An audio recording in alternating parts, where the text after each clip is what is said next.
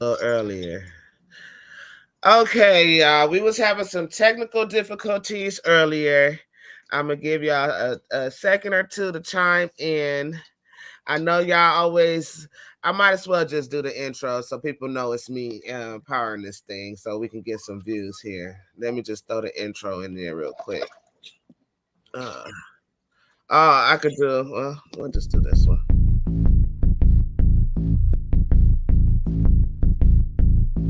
Show who you are. Good riddance. Is you kidding? Bid the forbidden. As it was written, you overbidding. With the heathens, karma is a bitch, so how you living? Pray for my enemies, unforgiving. Cast the pearls on hog moms and chitlin'. If it's too hot, get your ass out the kitchen. Finger licking good, good looking. Stewing in the stew. I'm cooking, you psyched out, paranoid and shookin'. Shook the table, fades I'm booking. Get prepared for this ass whooping. Listen to the words being spoken. You were talking, I'm awake and woken.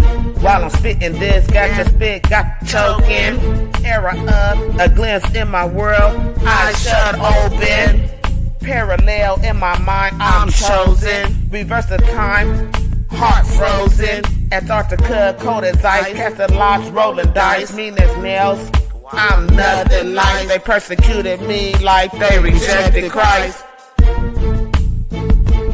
All right. We got a show right now. We got Melanin God on the line, and we got Grant on the line, and they're about to have a little dialogue about the non-existence of God.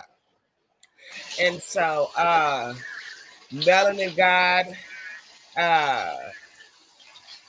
we already know who you are, so let me start with Grant. Grant, can you introduce yourself and tell us a little bit about you? Just a brief introduction. My name is Grant Tillman, and it's pretty simple. My angle, I don't believe God does not exist. I've never seen any proof that God does not exist. I've never seen anyone provide a good argument that would prove God does not exist. That's my whole spiel. Okay. Melanin? Yes. Peace to the panel. Peace to everyone. Peace to all our viewers right now and people out here in the world. I like to first of all just state my position that I'm an atheist, and that I have not seen any evidence to convince me that God does exist. And so I guess that's where we're going to go from here. Okay. Go for it. Well, we're not talking about God does exist, so you're immediately changing the topic. I suspect you know that, and that's probably your scripted stronghold. What we're talking about is your claim that God does not exist.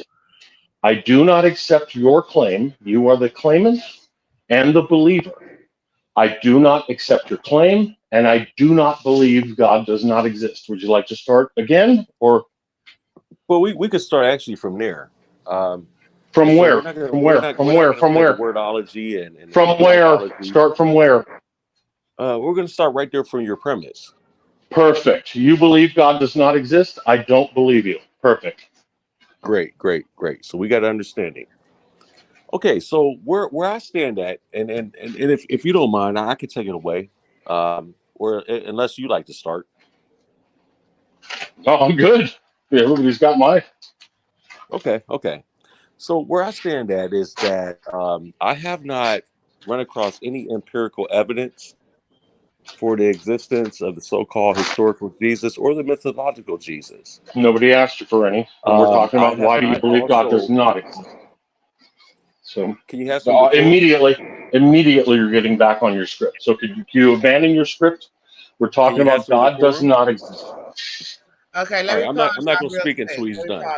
Let me pause you. Okay. So I don't believe Twinkies can fly. Are we going to talk about that, or are we going to talk about what we're talking about? Grant, give me a second, sir. Go on. So for about 2 or 3 hours, these guys been going back and forth. I'm just giving people a background about this situation. So we want to put it on a panel so you guys could be the judge of what is happening. Whatever you guys hear, please, crowd participation is a must. We want to see how this is going to end. And also, I want to acknowledge the brother Mike who's on here. Hey, Mike. Mike, did you come? Okay. Well, Mike is on here also that kind of helped me steer this clear, right, Mike? Yes, I am here. How y'all doing? We all good. We all good. So now, Melanin God, Grant is saying, can you prove your belief that God does not exist? That's what he's saying. Okay, so let me clarify without interruption, if I may. Okay. I'd like the opportunity to speak and get my message out clear. I will mute the mic so that you can do that. All right, thank you. That'd be greatly appreciated. All right. So as we know, when we're dealing with debates such as this, really the burden of proof is not on the skeptic, because I'm not making a claim that God actually exists. What I'm saying is that when the initial question he asked me was that, do I believe that God does not exist? And my answer is yes. I don't believe that God exists for the simple fact that I do not have, and I have not run across any empirical evidence that Jesus actually exists. There's no archaeological evidence of it, and there's absolutely no eyewitness accounts of it. I've been studying this particular subject matter for well over 25 years. And what I have come up with is that we do have accounts, whether you're dealing with Tacitus, you're dealing with Josephus. These are accounts outside of the Bible now, which are not eyewitness accounts. These guys were born well after he was dead. And we're talking years after he was dead. When you deal with the actual biblical evidence, the Gospels are not eyewitness accounts. I believe that the oldest gospel in the Bible was the book of Mark, to my knowledge. And the others kind of plagiarized off of that. But Mark was not an eyewitness account. That account was written, man, we're talking 30, 40 years later, right? So the fact that I don't have any evidence to support that, Jesus existed or any God existed, what would I have to actually stand on to say, well, yeah, I agree that God existed, or whatever. So at this point right now, my position stands as an atheist that there is no evidence for me to believe in God, but my evidence to say that I don't believe in a creator is the fact that we have we can look into the theory of evolution, and we can look at that kind of empirical evidence and data, and we can put that to the test against whatever belief system or data that he has. So it's not a matter of me proving that God doesn't exist. It's a matter of me standing my ground saying, well, hey, there's nothing for me to believe that God exists. And I'm going to yield right there at this time. You can mute my mic to me.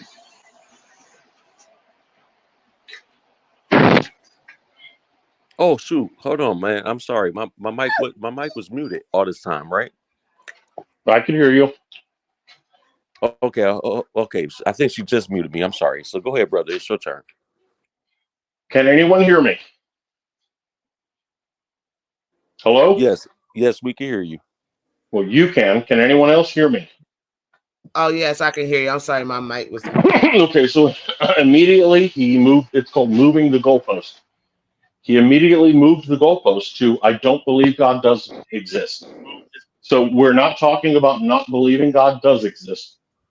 That's a dodge. So we're going to reset or I'm out. He believes God does not exist. So we're going to proceed from that premise or we're not going to proceed. So he believes God does not exist. I do not accept the claim God does not exist. I do not believe God does not exist. If he claims there is no evidence, I'm going to need him to prove there is no evidence. If he claims there is no eyewitness accounts, well, that's irrelevant because accounts are not eyewitnesses. If there is an eyewitness, the eyewitness is the eyewitness.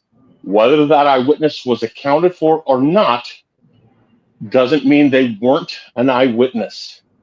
If I see somebody commit a crime and then I get hit by a car, there is no eyewitness account of me seeing someone hit by a car.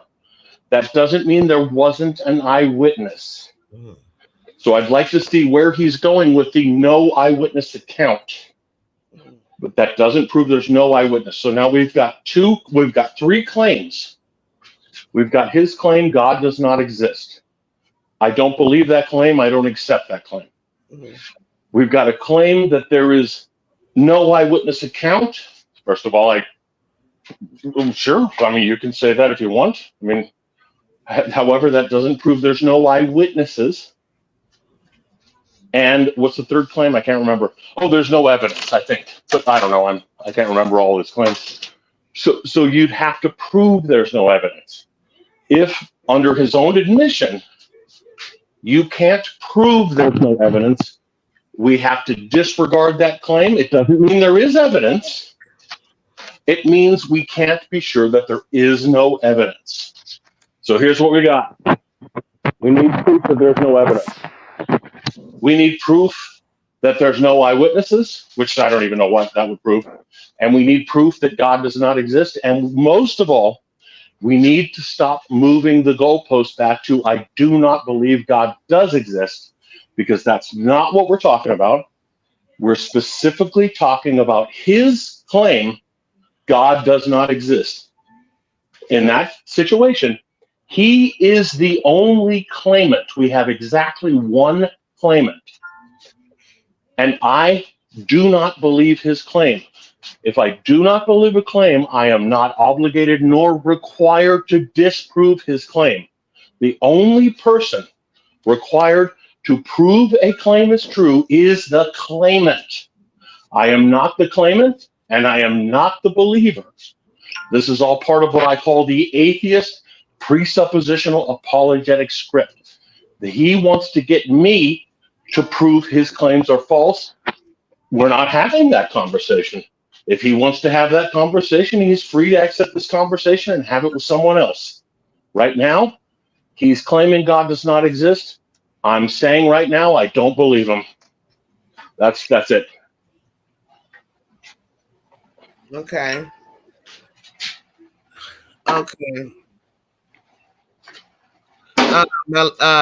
Mike, what do you have to say?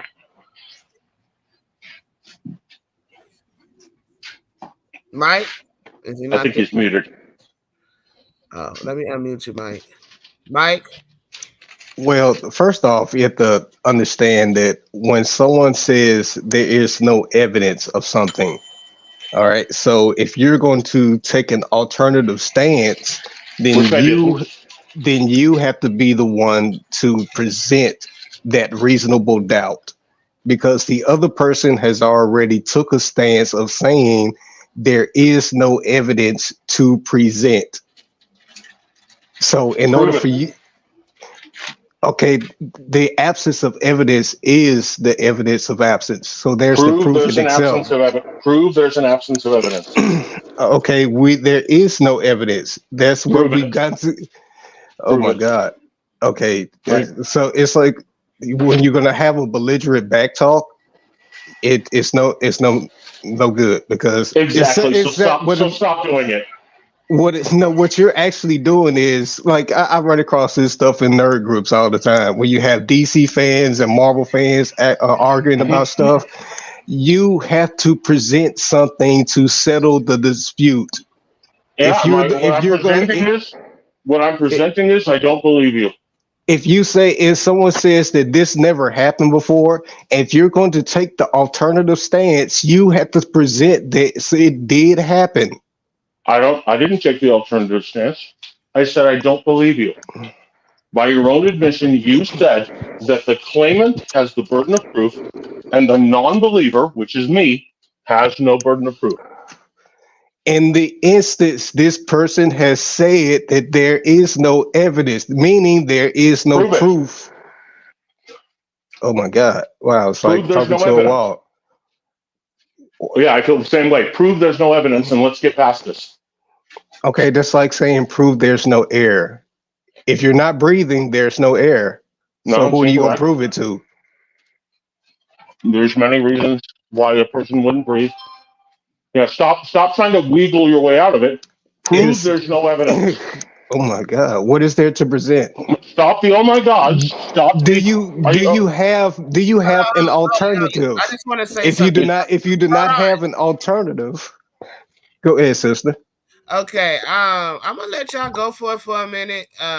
But please be respectful and let's practice some decorum and let the other one speak. Let's not do any over talking so that we can understand what's going on here. Why don't you tell me when it's my turn to talk? Can we do that? Yes, I will. Perfect. Great. So right now, Mike has the floor. So go for it, Mike. Yeah. So when it comes to this, if you're going to take an alternative approach to debating with someone, so your whole premise in engaging with that person is to prove them wrong. So if you cannot present an alternative to what they're saying, then it's pretty much what you call either a straw man argument or a dead argument. Then there's no reason to go back and forth with, I don't believe what you're saying, if the person who already has stated that what their stance is that they do not believe in this situation. They don't believe that this event happened. They don't believe that this took place in a point of time. So if you're going to take an approach of being on the opposite side of what that individual has claimed, then you can present anything to disprove that individual's claim. But if the only approach that you're going to take is tell them to present something that they already said does not exist, then your argument itself begins to die because you have no alternative. So when you approach somebody on that, say on that premises, you have to be the one to actively engage by presenting something. You have to show an alternative to say, when that person says, oh, well, Jesus didn't exist, you have to say, okay, well, I have right here a record from such and such point in time where an individual that was very closely, in resemblance to that individual existed. You have to present something. But if all you're going to say is prove that he didn't exist, then, well, the absence of that evidence speaks louder than what you just said. That's all I wanted to say.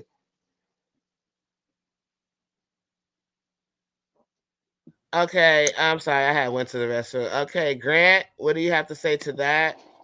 That is called an argument from ignorance and a shifting of the burden of proof. A claim doesn't become true just because the person that doesn't believe it can't disprove it. It would be like me claiming there's plenty of evidence for God, and until he proves there isn't, it stands that there is. That's ridiculous. He's not required to prove there's not evidence if I claim there is, and I'm not required to prove there is if he claims there isn't. This is a simple, basic logic. I'm not going to sit here and go through grade school logic with a person. If he doesn't understand logic, I'll just move on. So do you understand? That the claimant has the burden of proof, and the person that doesn't believe the claim is not required to disprove the claim. Also, if I don't believe your claim, it doesn't mean that I'm saying your claim is false. I'm saying I don't believe your claim is true. If you're claiming your claim is true, I need proof that your claim is true. I'm not claiming that it's false. I'm claiming you haven't provided evidence to support your claim is true. This is all very basic logic. So we need to get past this part before we can continue. Do you understand that much? Okay, yeah. So let's get to the meat and potatoes of this thing, right? Melanin God. Let me take you off of mute, brother.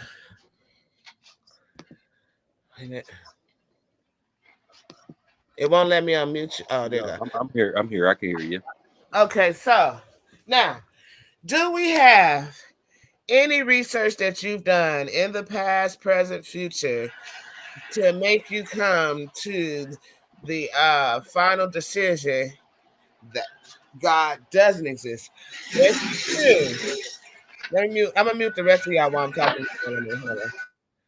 So if you do, please let me know where to go, where to search, where to find it, so I can bring up this proof on the screen. Okay. So let me go ahead and dive in this, and I'm gonna dig in this boy chest real quick. Right. So, okay, let's deal with the biblical evidence right now. Right. Mm-hmm. Let me give you something practical, logic and reason. Right. It's recorded that Jesus raised 3 people from the dead, recording in the Bible. Right. Yet those 3 people never showed up at his trial, his execution. And so you have to ask yourself, what would they fear? If he raised them from the dead, why would they fear the Romans? Why would they fear anything that they would say in regard to Jesus? Right? Okay. So Lazarus, for instance, and the other 2 that's not named, they would have showed up. They would have showed out for Jesus because he raised them from the dead. Yet that's not recorded. Those would have been eyewitness accounts. Those would have been people that Jesus actually performed a miracle on. So think about this way. I'm gonna dive a little bit deeper into that, because here's the thing.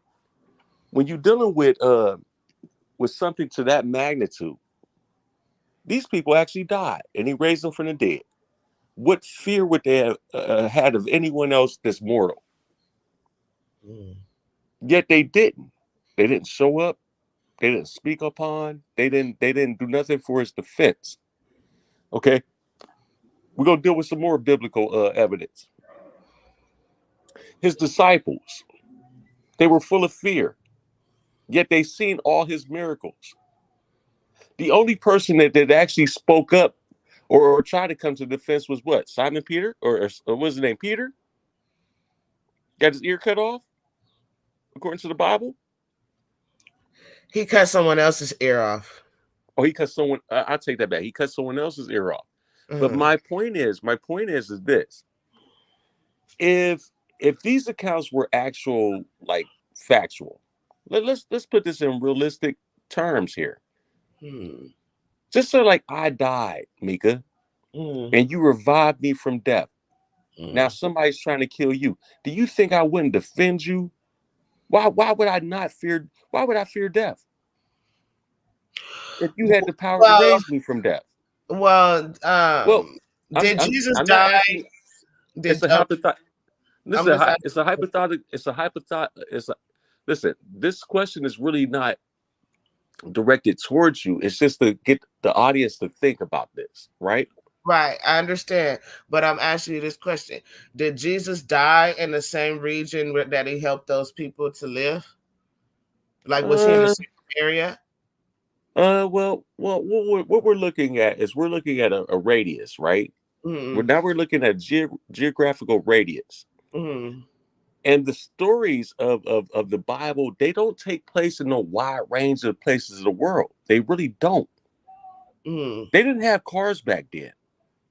You know what I'm saying? So what I'm saying is that if Jesus was this major famous person that was known for doing all these miracles, feeding 5,000 with 2 fish and 5 loaves of bread, raising the dead, you know what I mean, making a blind see, you mean to tell me not one person could stop him from getting his ass beat and being nailed to 2 pieces of goddamn wood and dying? We got to make this thing make sense. Mhm. And so I think we lost Grant. I think he got Yeah, off. Greg fell off. Greg, if you're watching or whatever, jump back on if you can. Oh man, listen, he's gonna run from his ass whooping because I'm about to give him the evidence that he what the non-evidence that he's asking for. There is not one eyewitness account. You cannot count Tacitus. But You let me cannot ask you count. this. Let me ask you Hold this. on, sis. Don't cut me off.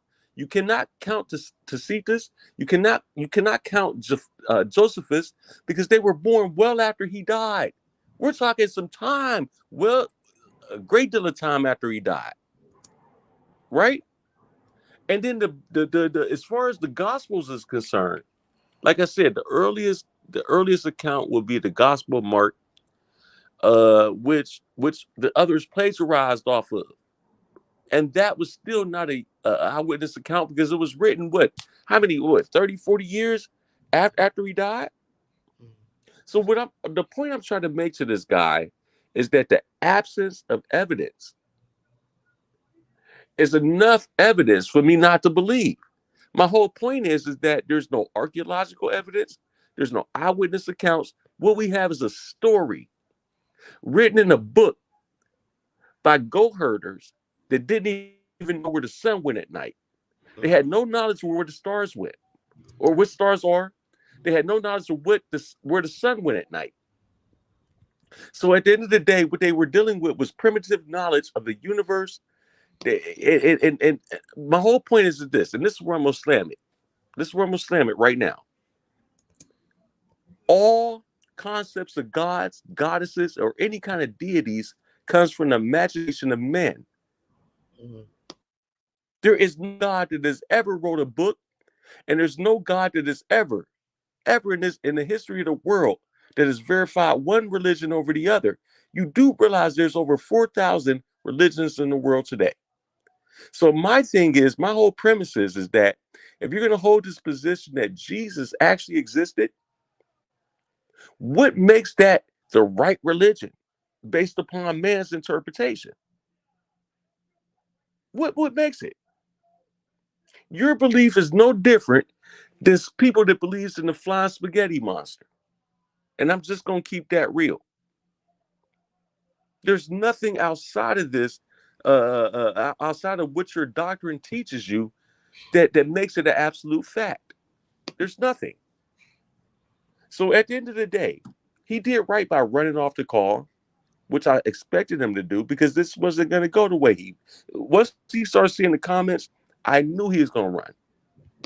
There's no way you can challenge me to my disbelief to say, well, prove why you disbelieve. There's the absence of evidence. It's plain and simple. It's over with. At this point, what he should be doing is putting forth evidence to make me convinced of what he believes in. It's not for me to search out the information to now become a believer. The onus is not on me. The burden of proof is on him. And so if this was a court of law right now, and what he has is nothing but hearsay, then throw that shit out. Would you, any of y'all, I want y'all all to chime in. If you was going to court right now and you was being tried for something, right? Would you or would you not allow hearsay to convict you, or would you want solid proof? That's the bottom line. And I yield right there. Okay, so if we were in a court of law, it'll be up to the prosecution to prove me to be guilty, right? Mm-hmm. Okay. So I guess he feels like you're the prosecution and you have to prove that God doesn't exist. But I did a Google search. I'm just going to show it.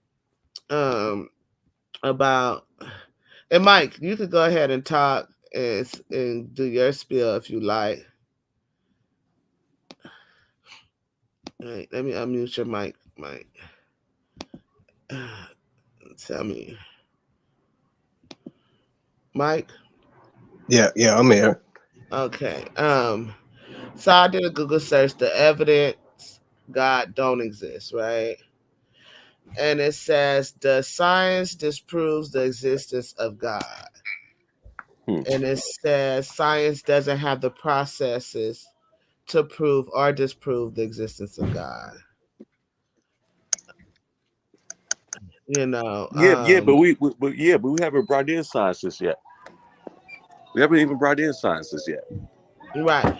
And then Because it we do says, know the theory of evolution is both fact and theory. But we're not talking about just a theory. We're talking about scientific theory. And I think people need to understand what scientific theory is. It's a well substantiated um, body of evidence, man, that explains the natural phenomena of nature. mm, That can be tested and proven over and over and over again.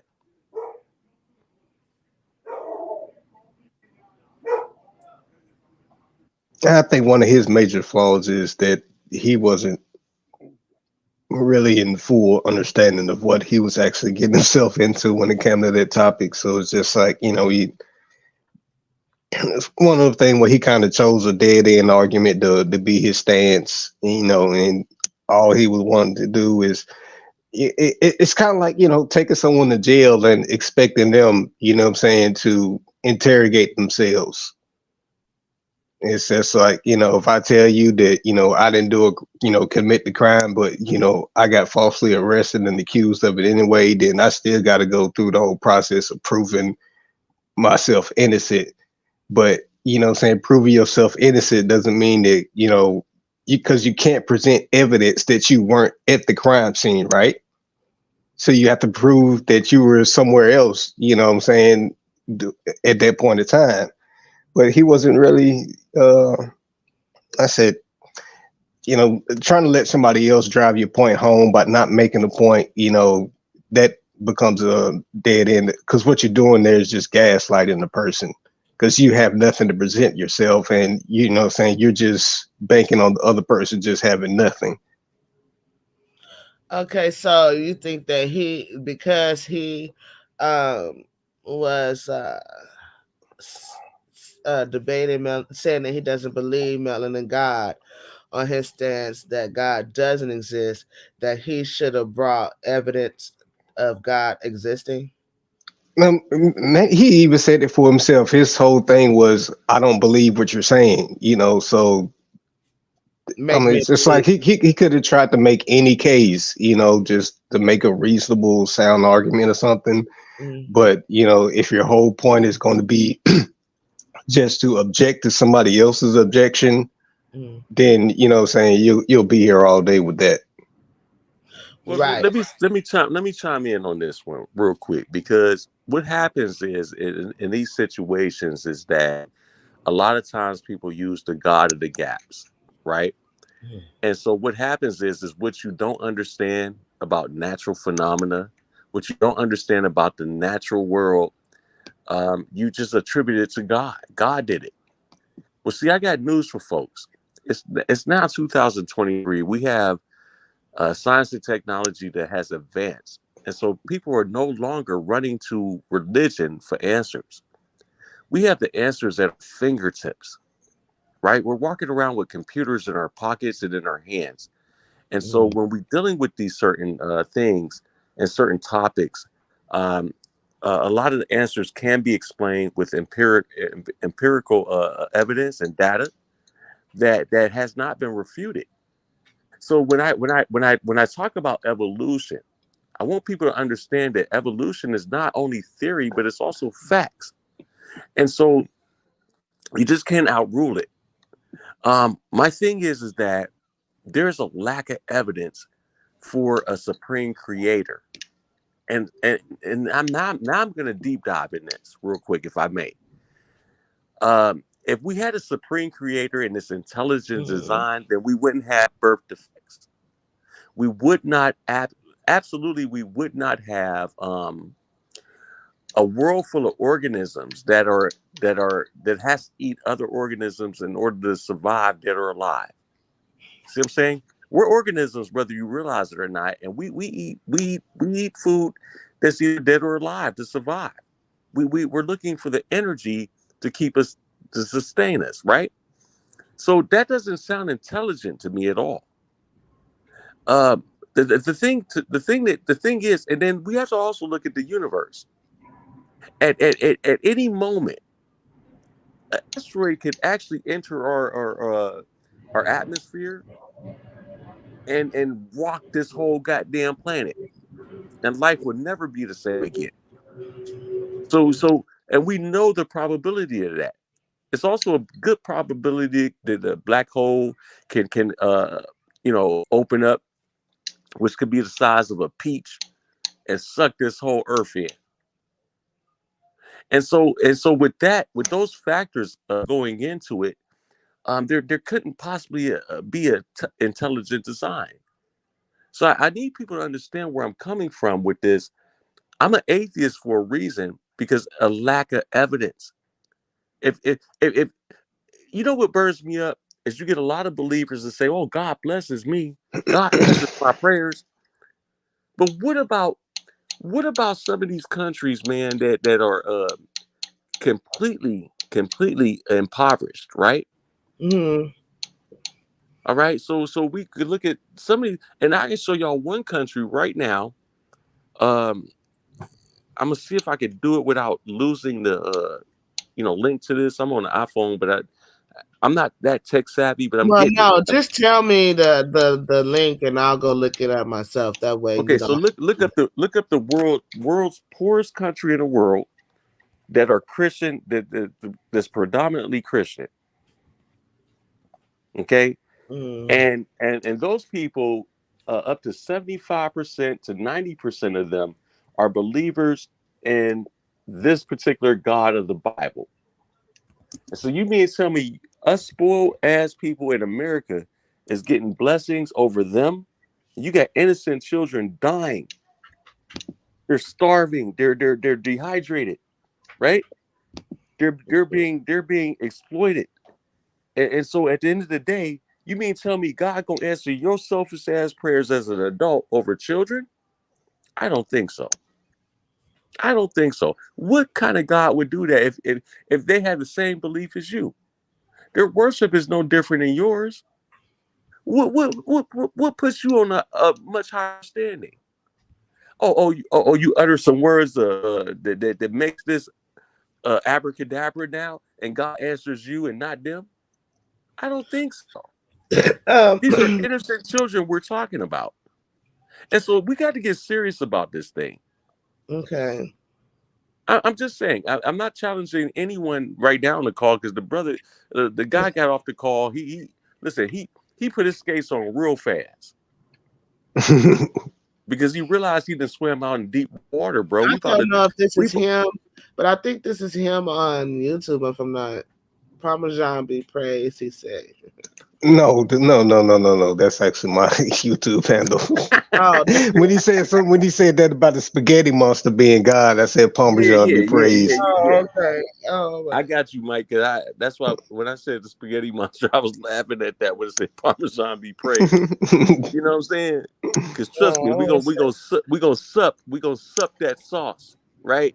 We gonna sup that sauce. That's the blood of our life, and those noodles is our DNA strands, right? They got a whole philosophy behind that, by the way. I like y'all to look into Pastafarians. It's an actual religion, and it's a new age religion, I believe, to mock the bullshit that's going on, but it makes perfect sense. My whole thing is that when we really get down to the meat and potatoes of this shit, you know what I mean, and we could put a little salt and pepper on it and slice and dice it. The truth is that what gives you as a believer, right? You believe this God is love. He loves you. He loves the world. He just wants you to obey. What gives you the right to say that these people ain't obeying? What about these innocent children? They are obeying. They're only being taught what they know, and they believe in the God you believe in. So what would give you the inclination that they're not saying the open sesame just like you? This is stupid. It's wrong. It's arrogant. It's self-absorbent. You know what I'm saying? I just think it's foolishness at the end of the day. And don't get me wrong. I'm getting ready to switch this whole shift in a minute because we're gonna look at Israel in a minute. And I'm telling y'all right now, this ain't gonna be pretty. It's not gonna be pretty.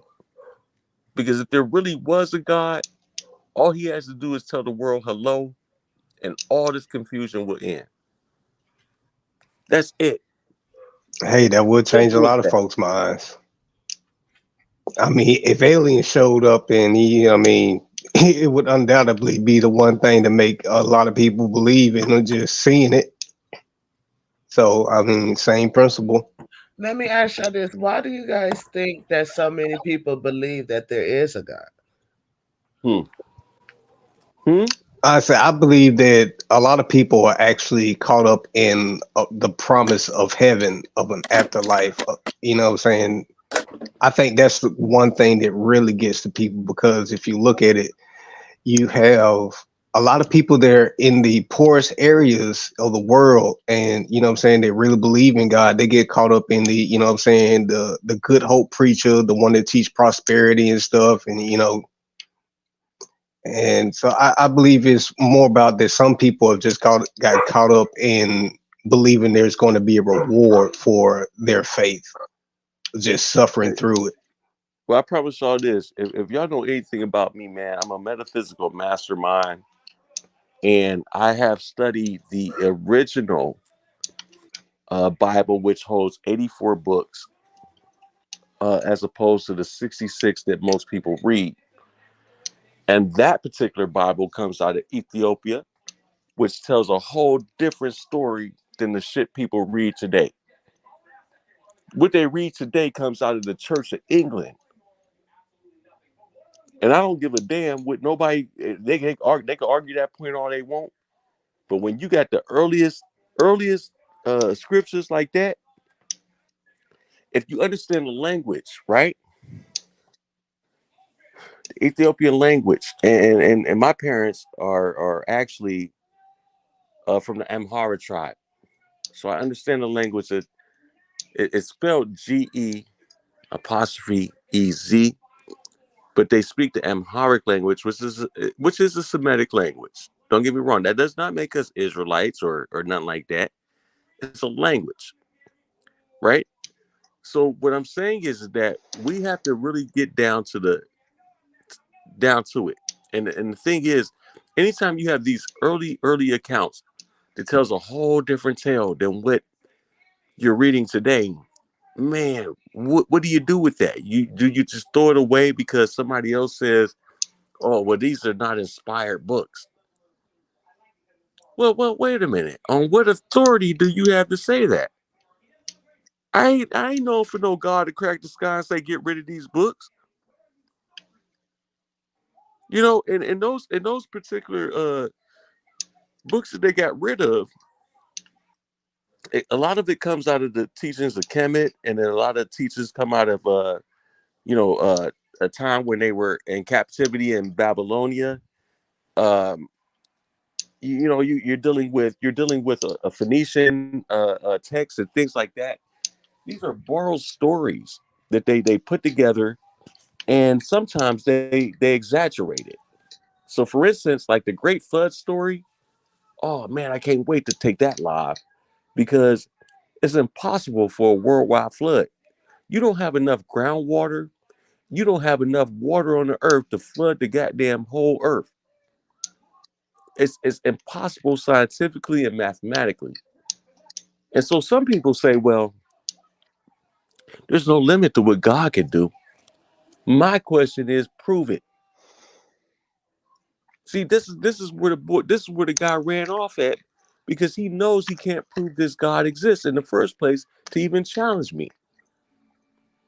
You see what I'm saying? If I'm telling you right now, I don't believe God exists, but you're saying God exists, well, then the onus is on you. Give me empirical evidence that God actually exists. And we're not gonna limit it to Jesus. We can shut that down. How about his father? I was gonna ask that next because why do we have to prove the existence of Jesus to prove the existence of God? Well, he's supposedly supposed to be the son of God. So Mm. if he's the son of God, well, why can't you prove his father? If you can't prove him, then how you gonna prove his father? But I got news. I got news for you guys out here in the world. I got something for y'all. I want y'all to look at the word Israel. And you got to go back to the Canaanite pantheon. And when you look at the Canaanite pantheon, the ending of the word Israel, right, is El. El was the most high of that Canaanite pantheon. And Sophia was his consort. Yahweh was actually one of their children. Now we could deep dive into the Gnostic teachings, which you could find that, which they found that, in Kemet, and you can find that in the Ethiopic Bible. No cap. I won't lie to y'all. I have no reason to.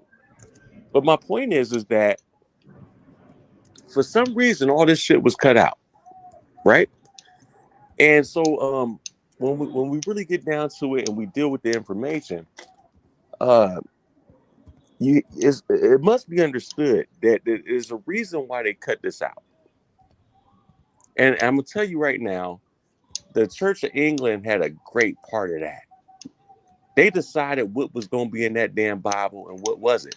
And you also got to look at the Nicene Council, right? There wasn't just one Nicene Council of 325. There were several. There were several councils. And so now what you're looking at is a progressive process of how things got distorted and taken away.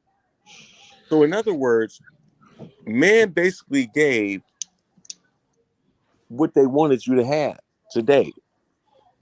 So the truth is, most people, and I say this, most people in America, their primary language is English.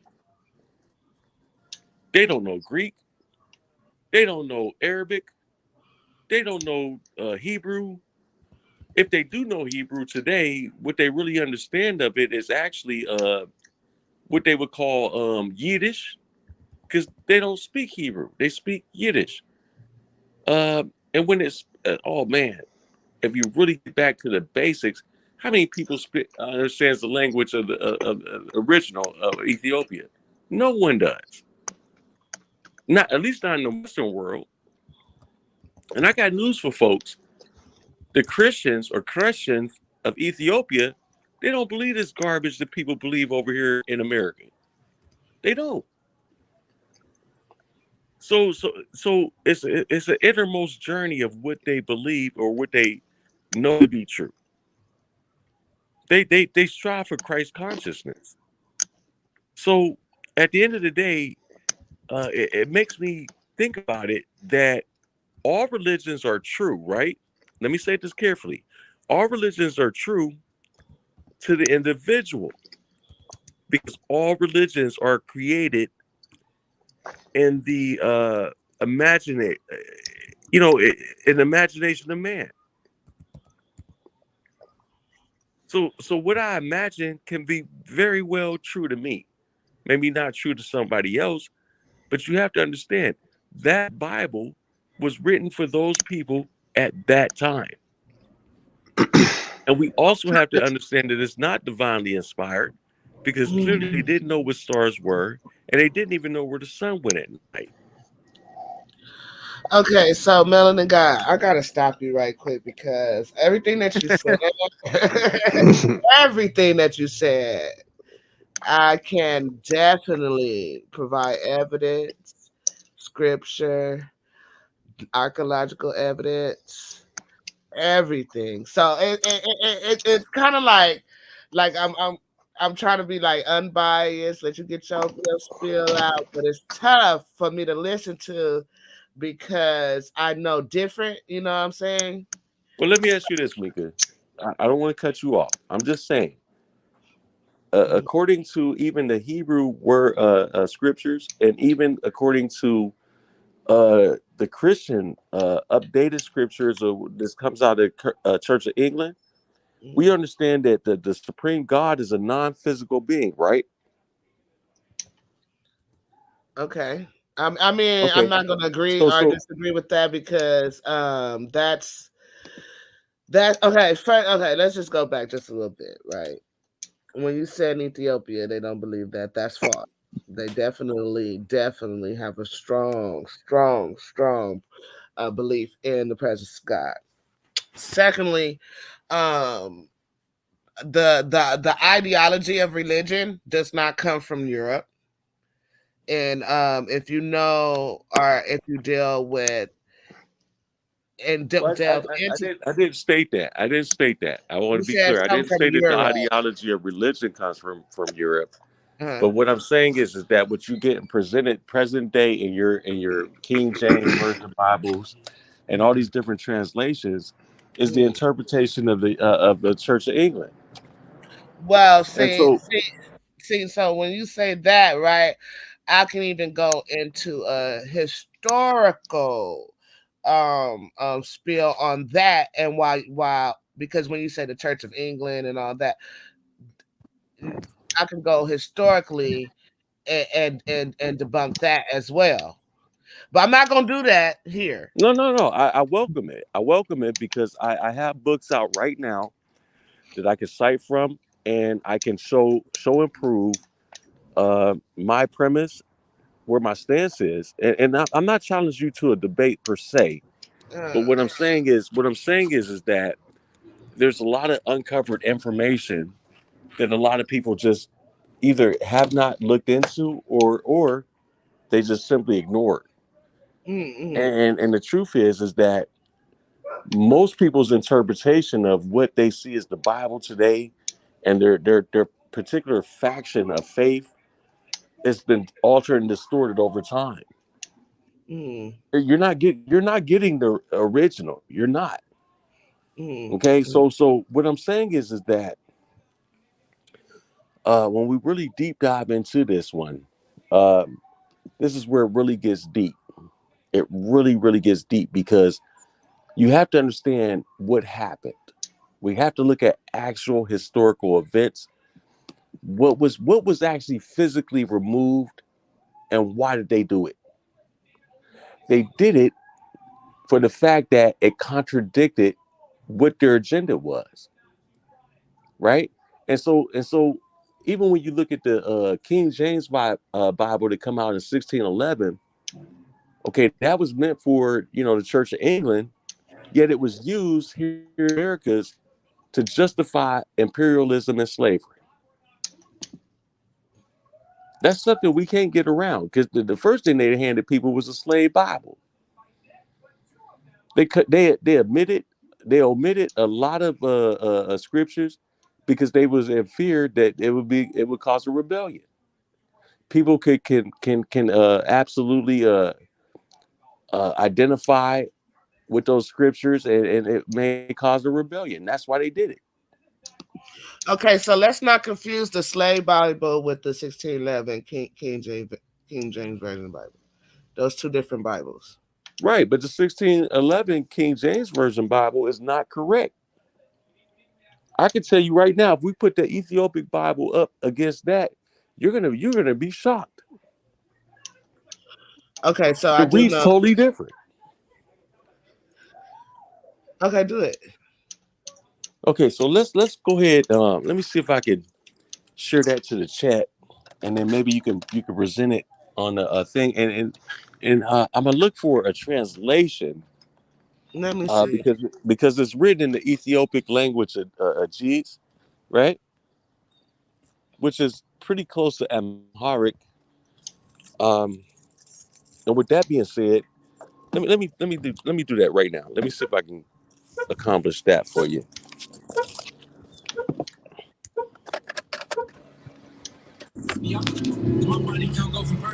I should be able to do this right off of Safari, right? Or should I I go through don't know if you Google? can share your screen, so let me see what I can do here. Let me see here. Because I could go off Google.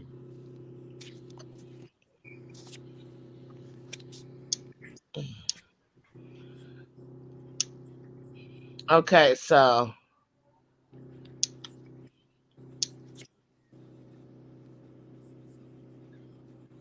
Hold on. Okay, so I'm gonna share the English translation, which is really like a misnomer because it's wrong, and I can tell you that I know it's wrong because I know Amharic. Um, I've heard it my entire life, and this is something that I actually, my parents, they speak the language. Let me see here. okay, I got the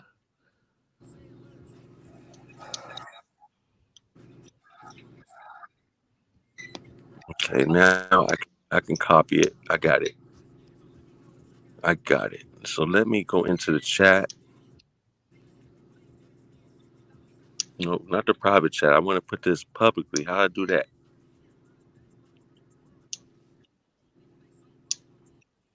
Because I want people to be able to really get this. Like, you know what I mean? I don't want to Okay, hold on. Here we go. Well, this is a private chat.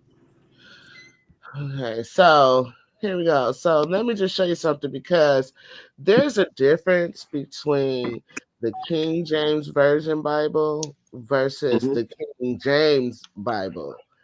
I mean, Well, yeah, it's a difference between the there's 1611. Hold on.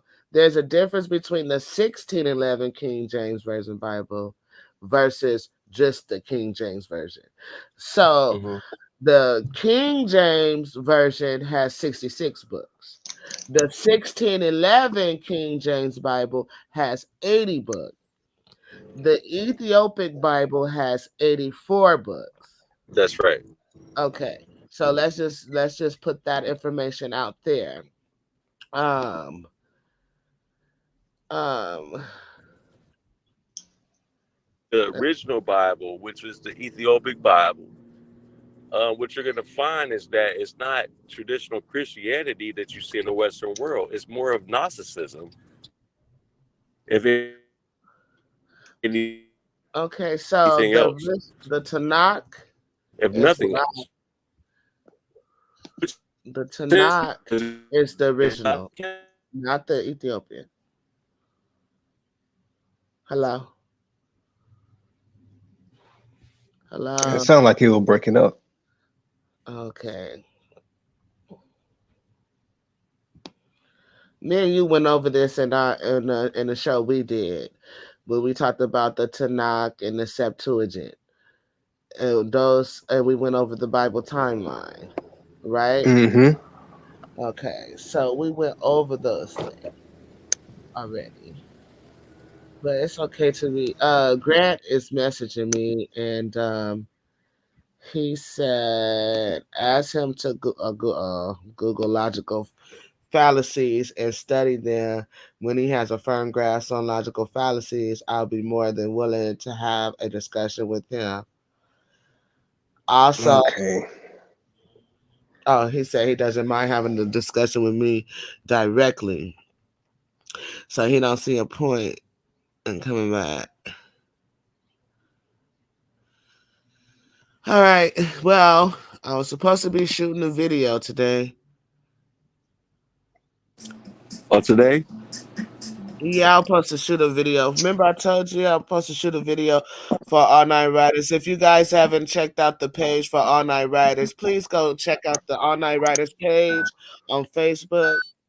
That's a group that I help with production and stuff. Thank you. This person says the Catholic Bible got more damn books than the King. So funny. That is true. The Catholic Bible is the Vulgate Bible. Yeah, Yeah, that's the but see, Vulgate you got to Bible. understand. You got to understand something. And this is what I keep trying to explain to people. Unless you actually reading from the unless you're reading from the original text, what you're getting is what they chose to give you, and Okay. I don't care if you call yourself a Hebrew. I don't care if you call yourself a Christian that don't believe in that particular denomination of Wait a Catholicism minute, or whatever. Melanin. Hold They, on, Melanin. 'Cause I want they, to address this brother they, real quick before you get that out. Okay, so the Catholic Vulgate Bible has 76 books. I mean 78 books in it. Okay. And like I said, there is a difference between the 1611 King James Version Bible versus the King James Version Bible. The 1611 has 80 books in it, and the Vulgate has 78 books in it, and the Ethiopian Bible has 84 books in it. So go ahead, Melanie. I'm sorry. I just wanted to address that. Go.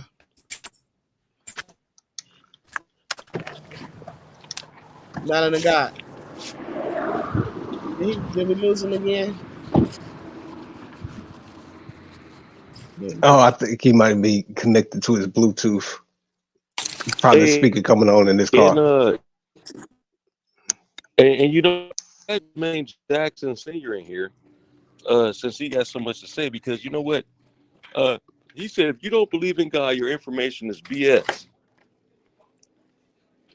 And my thing is this: I'm still waiting on this empirical evidence that God actually exists. I'm still waiting on it. In fact, I'm gonna open the floor. I challenge anybody to that.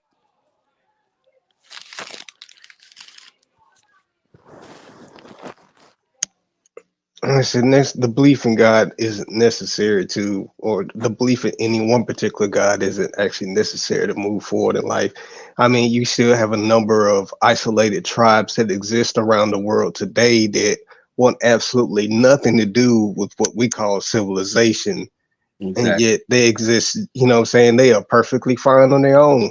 And they live I mean, in peace. They live in harmony and peace, bro. they don't have Yeah, to deal with war, violence. I mean, no rape, none of that. I mean, they still live primitive, but they're in peace. They ain't nobody, you know, as long as ain't nobody bothering them, they'll be fine. you know, well, for me, right, when I look at the sky, when I look at the trees, when I look at the ocean, you know, just when I look at all the amazing things, when I look at you, when I look at me, to me, that's my evidence that there is an existence of God. You know, even when I gave birth and pushed my babies out, like that right there was amazing. So to me, you know, to each their own, you know, with Well, that. watch this, Mika. On the flip side, my son was 4 months old and he died what they call SIDS, Mhm.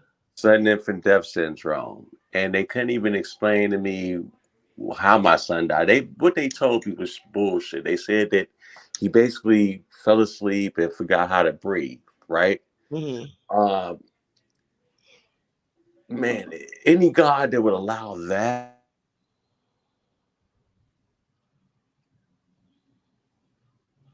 Okay, he went out again. So I'm saying, no, you went out because you said any God that would allow that, and then I didn't hear the rest. well, I had children after him. Uh-huh.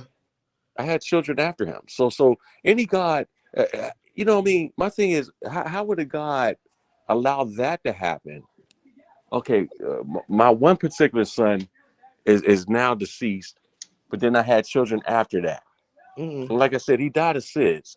The explanation they David's son was born dead. And you know why David's son was born dead? you tell me. Well, he put a soldier in the front line, you know, to take his wife. So So are you telling me? Are you telling me that me and my ex did something wrong for our son to die? Because we had children after that. yeah, sometimes it'd be like that. Oh, He Mika, had children come on after now. that. I'm saying no, no, We no. didn't do nothing Just wrong. let me just give you an example, right? Because what it says that I'm paraphrasing. I'm not quoting scripture verbatim, but it says that how's it go? We deal with the sins of our fathers, our forefathers, like we bear the sins of our forefathers. Okay, so let me just give you an example, right? Hey, look, Jermaine Jackson, add him to this panel, man, please, because he mouthing off, and I don't think he's ready for the level of scrutiny I'm going to give him. I'm not blaming God for anything because I don't believe in God. My Okay, whole wait a point minute. is, is that things happen. There's children that's born with birth defects. Um, there's children. There's a whole lot of things that proves that intelligent design is not intelligent. Okay, now that goes back to the sins of the mother and the father, right? So a lot of birth defects happen because what the parents, the mother, because I know this for sure, like might have took some type of medication that supposedly was good.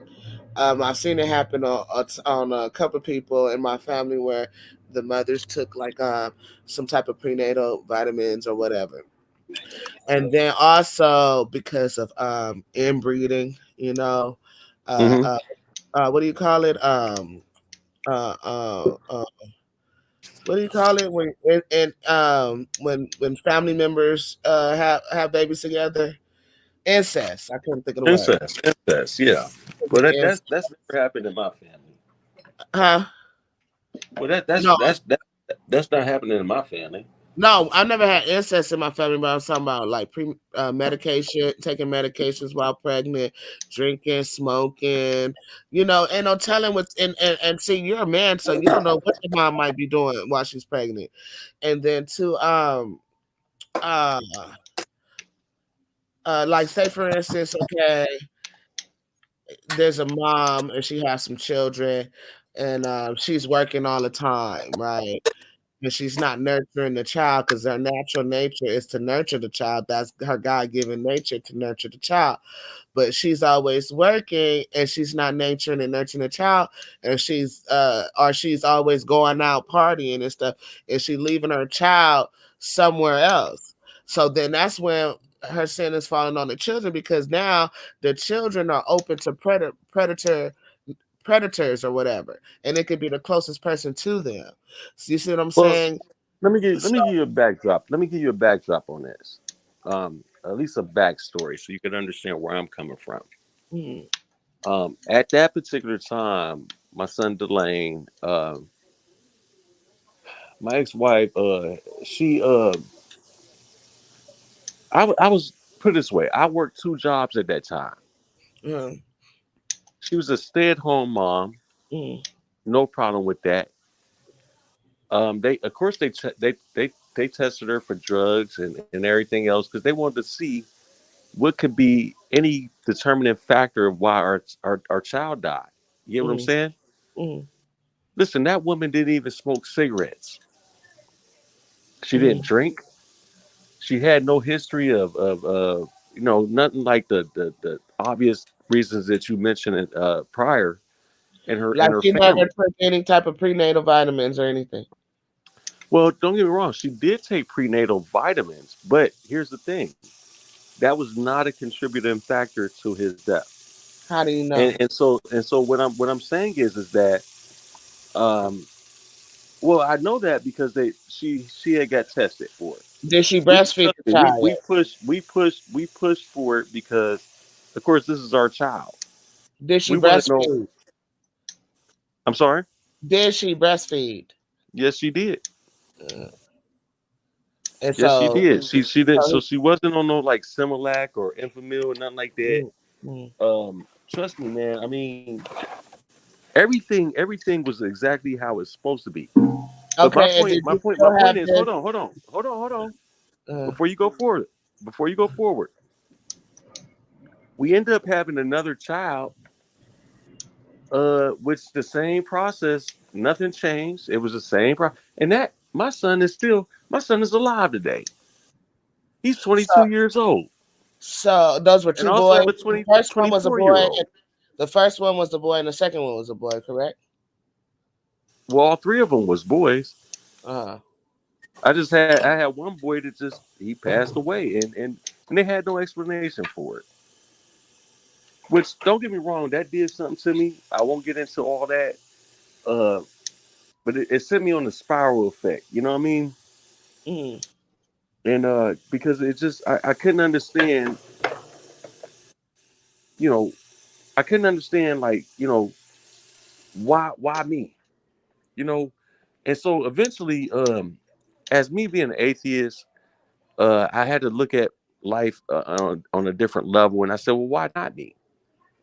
Right? I'm not gonna sit there and play the victim of things. I just realized this is just oh, life. this was the bad one. This is I just don't know why. life. Because if we look back in history, infant mortality was a challenge. For the ancestors and things like that. There was a lot of children that passed away. That man, that you know what I'm saying. They were born, of course, and they lived for some time, and then they never grew up to be adults. So my thing is that if there is a great God out here, you're out here.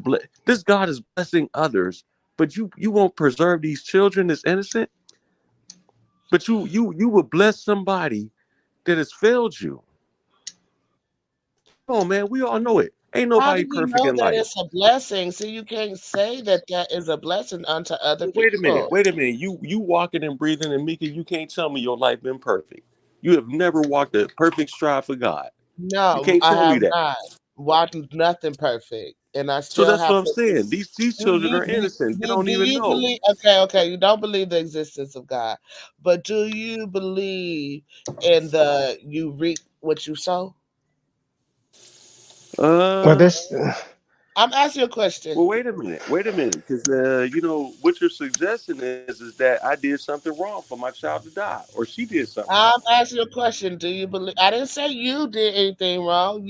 See. Let me tell you something. I was married before, right? Not this husband, but my previous husband, and I was married to him for about This is my oh second 10, marriage too. about 10, what 20, some a long time. Okay, I can't remember how long I was married, but I was with him for a very long time too. And this man, and I didn't go to church. I didn't like church. I hated church or whatever. He always wanted me to go to church all the time.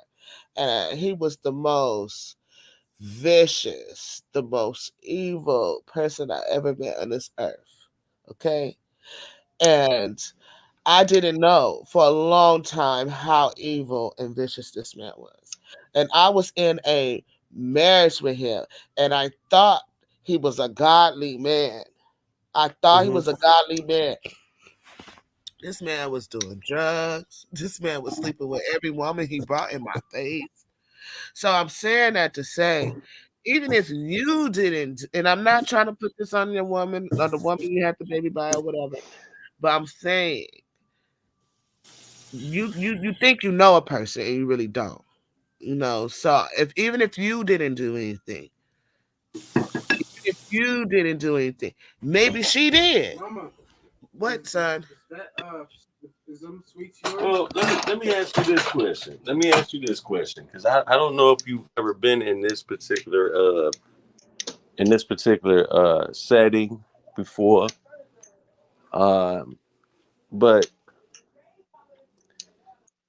both of my children's mothers, I was the man that break their virginity, and I knew them women very well. I knew their parents. Their parents knows me. Still to this day, their family hold the utmost respect for me, right? And I'm not saying that our life was perfect, but at the end of the day, I knew what they were capable of, and things like that. All I'm saying is that it would be wrong for me to sit here and assume that they did something to disrespect God when they had it. I was always an atheist, right? But they're And the they're fact that you was an atheist could be that very reason why it happened. oh man, come on, Mika. You telling I'm me just me saying, being I'm just atheist putting is it out there. I have to put it out oh there. man. The See, fact, and this is the problem I have with believers. This is the problem I have with believers. Because don't get me wrong, there's people out here fucking murdering people and been getting away with it for years. Yet nothing happens. And listen, how look do at you know Emmett Till. nothing Hold on. Stop. Look at Emmett Till. That woman walked free until she died. You mean to tell me that God wouldn't punish that woman over me being an atheist? See, this is crazy because how do you know she wasn't? How do you know that she wasn't punished? No, but she wasn't. She walked How do around you this. She know walked that? around free. Look at what's his name? Zimmerman. They killed Trayvon Martin. Hmm. You think anything happened to him? That man See, still here's the walking thing. around free. You don't know the torment that a person is walking through if you're not walking in it. You don't know if that person is being tormented, tortured, mentally torn down. You don't know what that person is going through. You just I'm see just them saying. alive. I'm Sometimes the just Most saying. High will keep a person alive to cause them to suffer. Sometimes the Most High will give them so much suffering, and you will never know it because you're not in that suffering with them. So you can't say that they did not suffer. You I'm can't say saying that they didn't what you're have their giving me. heart suffering. What you're giving me is speculation. What you're giving me is speculation because you think they not suffering. I'm saying there is a possibility that they are suffering. Yeah, but there's no proof that anything is There's making them no proof suffer. that they're suffering or not suffering. So we can't speak on what they're going through. We can only speak on what we go through. We don't know what they're going through. All right, so let me take it a deeper level then. Okay, so I spoke on the poorest country in the world. Uh-huh. I Right? I pulled it up at one point. I forgot to share it. It's Go ahead. called the name of the country is called starts with a B. I'm sorry. That's Bagandi or something like that, huh? You know what I'm talking about, right? And the vast majority of that country is believers in God. Okay, and the Bible says the meek shall inherit the earth. So, oh come on! So you mean to tell me we got to die just to inherit the earth? Everybody want to go to heaven, but nobody want to die. Well, that's listen. Come on now. Come Hey, on I now. have to do Let's this. get You know, I have let's to get to it. I know I have to do it. Well, let's get to it on that one because at the end of the day, that sounds to me like somebody's controlling the narrative and not some God. I can't see some all on your side. He said this is ridiculous. Well, hold on. Matter of fact, let me put your logic to the test right quick. Because if God is all knowing, he's omnipotent and all that, right? Mm-hmm. Well, then he knew he created me to be a non-believer.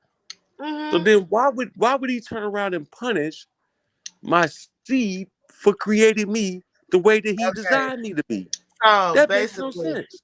Basically, right? This is how. Oh God, this is why I told. Remember, Mike, we were talking, and I said, read that book, Convoluted Universe, Convoluted. Mm-hmm. So now this gonna get deep.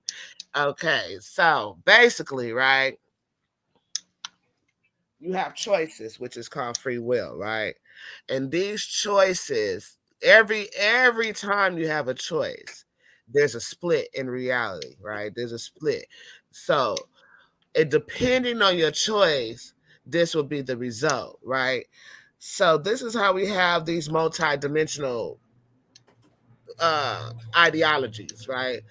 So you could have chose to be by a God believer, and then there was a predestined path that way. But you chose to be a non-believer, so then there's a predestined path that way. So it's all about free will and the choices that we make. You get what I'm saying? Did I make it clear? Because I don't want to go too deep into it. Hello? Caller, are you listening? I'm here. So, y'all seen the multiverse, right?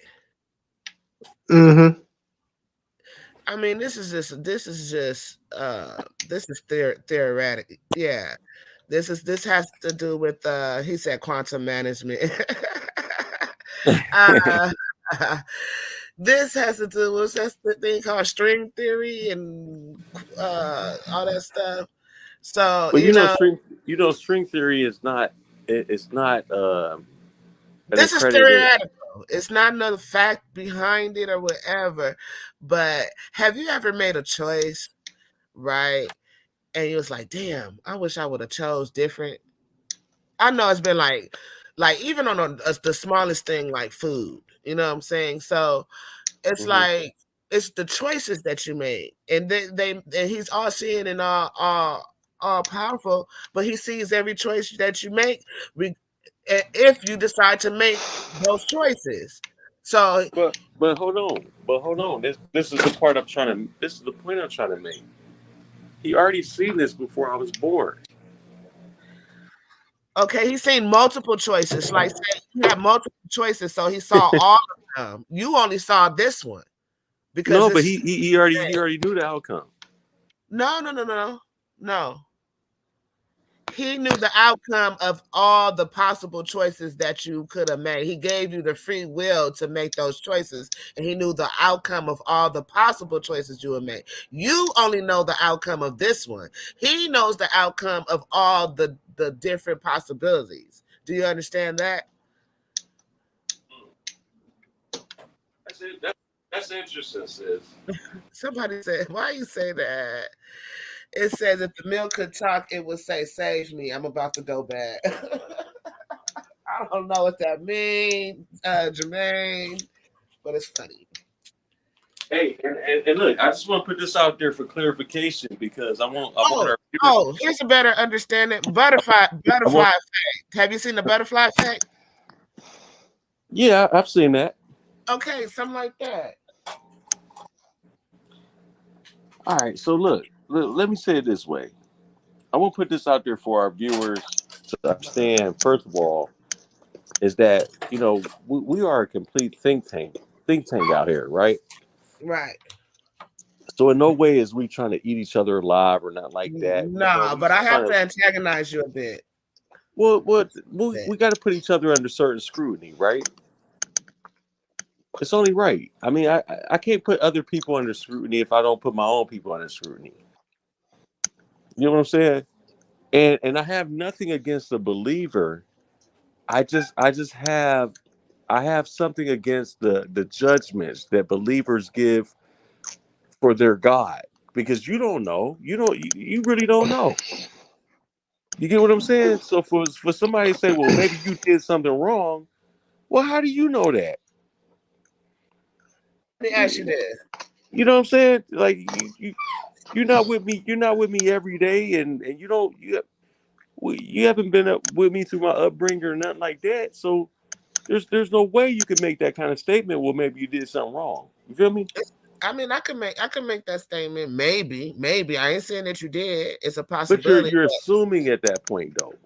You're assuming you can't assume the mind of God, right? I'm not assuming anything. I'm just begging the question. However, there is a scripture where a person was born. Let me find the scripture. And I think Peter asks, did he do something in his past life? This is how we know that this is what, let me see. Let me think of this. Mika, this is gonna lead us. This is gonna lead us back down the road. I'm telling you. Okay, well, I just want to bring the scripture because the guy was born. Let me find it because I'm trying to think, and I wasn't trying to do this today. I was so trying not to.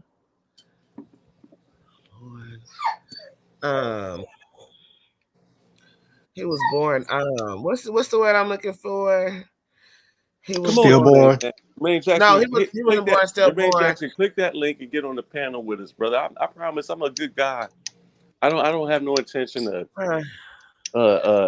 disrespect anybody like that. I just want to have a cordial conversation on the subject matter. I I'm, see I'm him in the trying to comments, and he's been here for a while. Obviously, he could talk. If you could type, you could talk. You know what I mean? We've been on this call for an hour and a half. If he could type, he could talk. I'm trying to find this scripture, right? I can't think right now.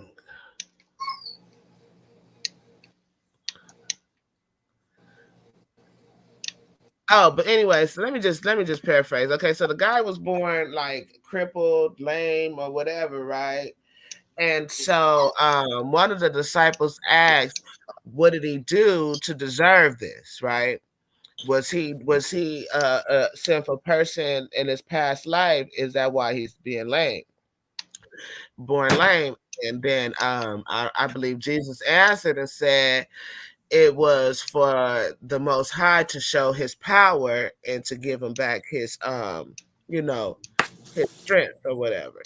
So sometimes things like that happen for the Most High to show his power, to show those who are believers. Now, I asked y'all earlier, why do you think that so many people are believers, right? And so for me, I was not always a believer. I was kind of like you, Melanin God. And I wasn't always in, like I said, I was married. The man kept trying to get me to go to church and all this. I refused to go and everything. What made me a believer, and I'm not going to go into detail, but some miraculous things happened in my life where God showed me who he was. And so until that day happened for you, then you're going to probably be in this. But he did that for me. So Mhm. that's what a lot of people who believe, they have had that experience in their life, and it is something that cannot be explained, especially for me. It cannot be explained how it happened, but it happened, and it happened more than one time for me. So when things like that happen, you have to say, okay, hey, he proved it to me. He showed me who he was. But it's unfortunate that I wish that everybody knew the experience that I had. I wish that everybody could experience this. But people like you and people like Mike and people like all of us are here to influence and to create the next person. So the reason why you became an atheist is to influence the next person, possibly to become something great. We don't know. These are just Mhm. possibilities. This is Right. variables, right? It's a variable. So that's how I see it. Now, I'm sorry what happened to your first your child in the sheds or Well, whatnot. that was just one example. I mean, I can go on and on about a lot of experiences that I had that proved to me that no God existed. And then also I can also prove that we really don't even have a soul, or a spirit, so to speak. But I won't get into that on this. I won't get into that on this segment because it really ain't. This is for future shows, Mhm. um, and especially because I understand things on a more scientific level, Mhm. how I could break that down. But what I'm saying is, Mika, not to take away from you, because I have no issues with believers, right? Uh, My whole issue is that I have issues with people to say, well, you got to believe this or else. you don't have to believe nothing but what you want to. You send me something here, and let me see.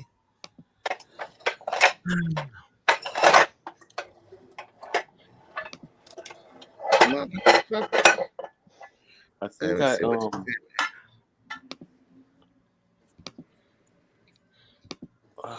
shoot. Um, The Holy Scriptures are one of the two great foundations of the faith, and here is what our church holds and teaches concerning it. The Word of God is not contained in the Bible alone, it is to be found in tradition as well. The sacred Scriptures are the written Word of God, who is the author of the Old and New Testament, containing nothing but perfect truth and faith and morals. But God's Word is not contained only in them. There is an unwritten Word of God also, which called a apostolic tradition. I always said this though, because we are all living, walking Bibles, so I get that Well, we can I ask you a question? living Word of God. Can I ask you a question? What? That there's over 4,000 religions in the world today, right? Uh-huh. And so how can we be so sure that this one particular religion is the right one? Okay, so I don't look at it as a separation. I look at it But as they do teach separate things though. No, they some don't some really people believe. focus on little minute things, right? But my thing is this, right? First of all, there's many different languages, there's many different people on this earth, so there's many different Bibles so that they can read it in their language. That's number one.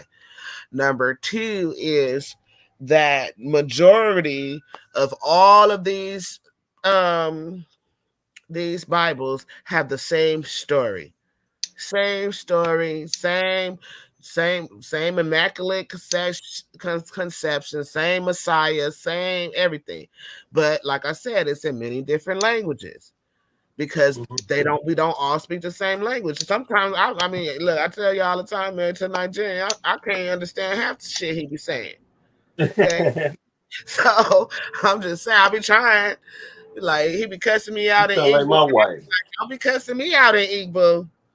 Machana. That's all I know. That means shut the fuck up. Nah, 'cause That's all. I speak 7 different languages, so a lot of times I say things and then my wife say, "Huh? Come again?"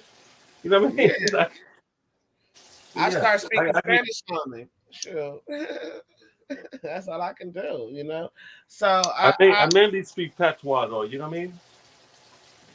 see.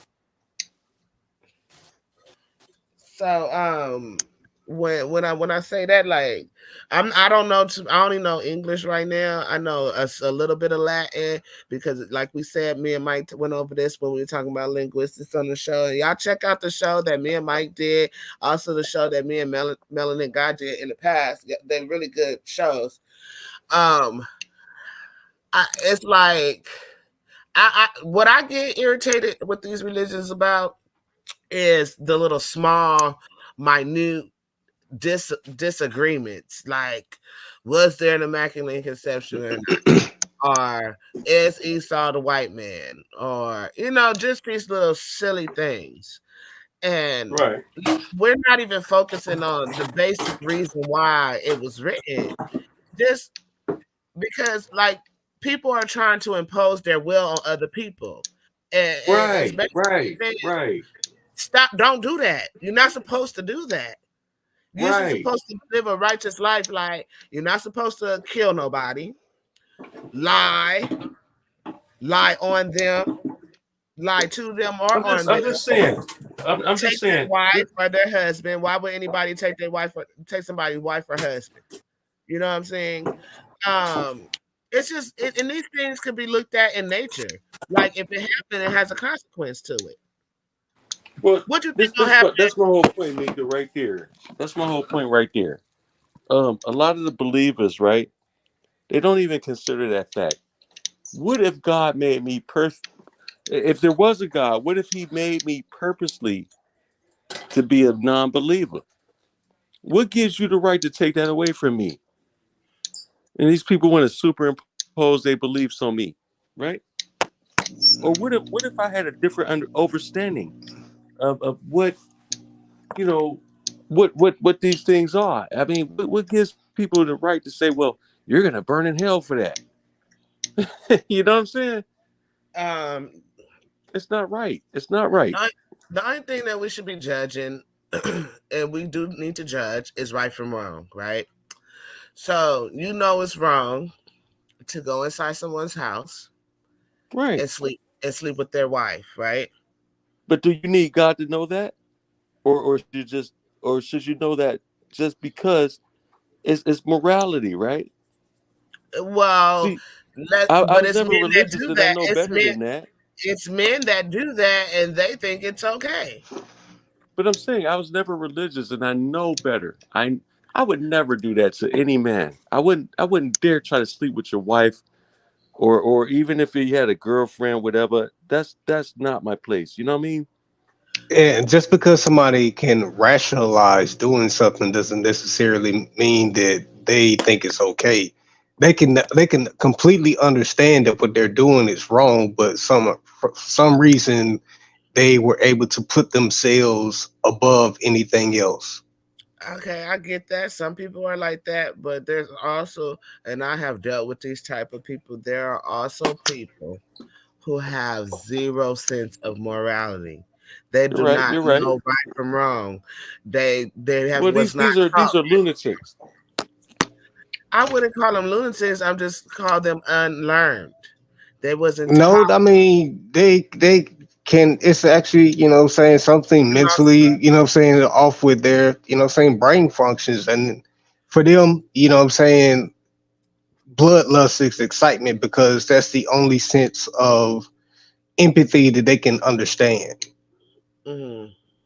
So it's it's just some people that are just psychologically broken. So there's like nowhere actually around that. Those people, they more than likely they were born crazy. They did some things when they were a kid, and folks just brushed it off and tried to put it aside. But yeah, more than likely they end up growing up that way. Mhm. Um, yeah, it's some low bottom people amongst our people that just don't have any understanding, and so I didn't want to get too much into my story, as far as God existing or non-existing, because I suffer some atrocities in my life as well. That and if you knew the things that I went through, you would think I should be an atheist, but I'm not because my mind was open to something different. You know what I'm saying? So we've all experienced some type of trauma in our life or whatever. It's just how we internalize it and what we do with it.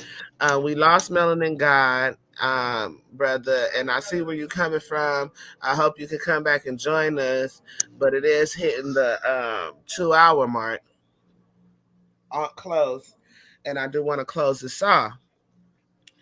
I want to thank Mike for coming on, Grant for coming on, and this is a heavy hitters production right now. Even though I did play my intro, No doubt.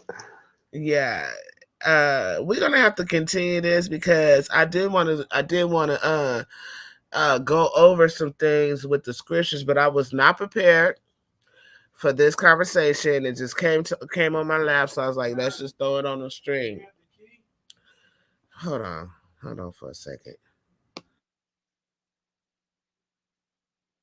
Well, I got you on hold. Do you have any final thoughts, Mike? Well, I just wanted to touch on some of the stuff you were talking about. It's kind of a weird scenario when you start, putting kids in the subject matter of, them being punished for doing something when they did absolutely no wrong. Um, you have a perfectly healthy adult that deserves that form of punishment. And, you know, I mean, take a trip up here to the children's hospital, spend time talking to some of those kids, and you see how they learn to accept what I'm saying, the circumstances of their existence. And a lot of times it doesn't involve God, and sometimes it does. But these kids, they learn to accept the form of reality that most of us can't even begin to understand. And like I said, there's nothing wrong with, having that sense of morality. And, you don't necessarily have to put, God as a placeholder in front of everything that happens, good or bad. What these kids are born with, saying some of the unique circumstances, none of them actually deserved it. They didn't ask to be a part of this existence, just like none of us asked to be a part of this existence. They were just born under the same circumstances that we happen to be part of. And, it just was unfortunate for them. I don't believe that, saying there's a God or a devil that is out there manipulating these circumstances that, saying afflict these people. It's just better if we just continue to just try to, work towards benefiting, especially people that are a victim of those circumstances. Yeah, I see where you're going, but we gotta delve deeper into this, and I'm not gonna do it today because, like I said, this came on my desk last minute, and I'm hoping I can get Melanin God back up here to give his closing statements. Let me see if I can contact the brother. Let me see.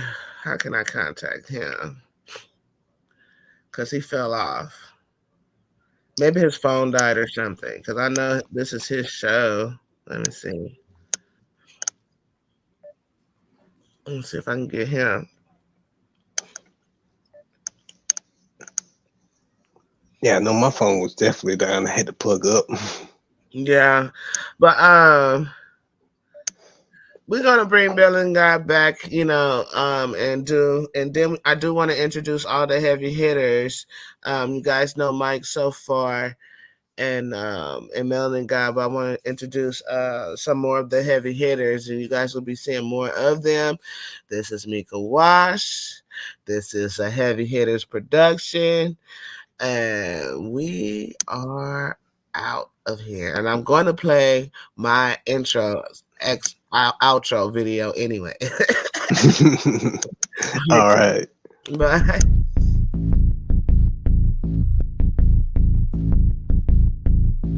Show who you are. Good riddance. Is your kid and bid the forbidden? As it was written, you overbidding. With the heathens, karma is a bitch, so how you living? Pray for my enemies, unforgiving. Cast the pearls on hog moms and chitlin'. If it's too hot, get your ass out the kitchen. Finger licking good, good looking. Stewing in the stew, I'm cooking. You psyched out, paranoid and shookin'. Shook the table, fades, I'm booking. Get prepared for this ass whooping. Listen to the words being spoken. You were talking, I'm awake and woken. While I'm spitting this, got your spit, got choking. Era up, a glimpse in my world, eyes shut open.